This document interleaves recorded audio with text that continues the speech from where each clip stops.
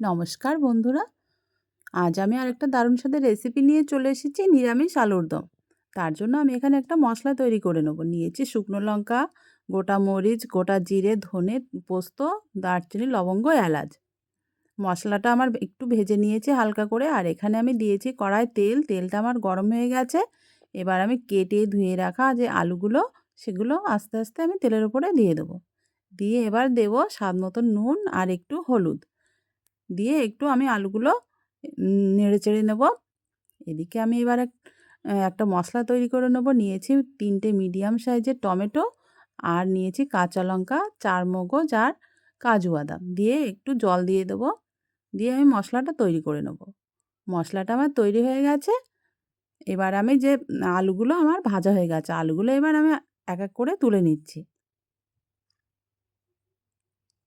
আলুগুলো আমি তুলে নিচ্ছি। এবার সেই তেলে আমি দিয়েছি 4টে তেজপাতা, আর যে মশলাটা আমি তৈরি করে রেখেছিলাম সেই মশলাটা।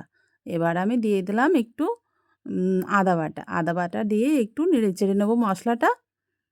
এবার আমি দিয়ে দেবো একটু হলুদ গুঁড়ো। এখানে আমি দিয়ে দিলাম একটু হলুদ গুঁড়ো, আর কালারের জন্য একটু কাশ্মীরি লঙ্কার গুঁড়ো আমি দিয়েছি।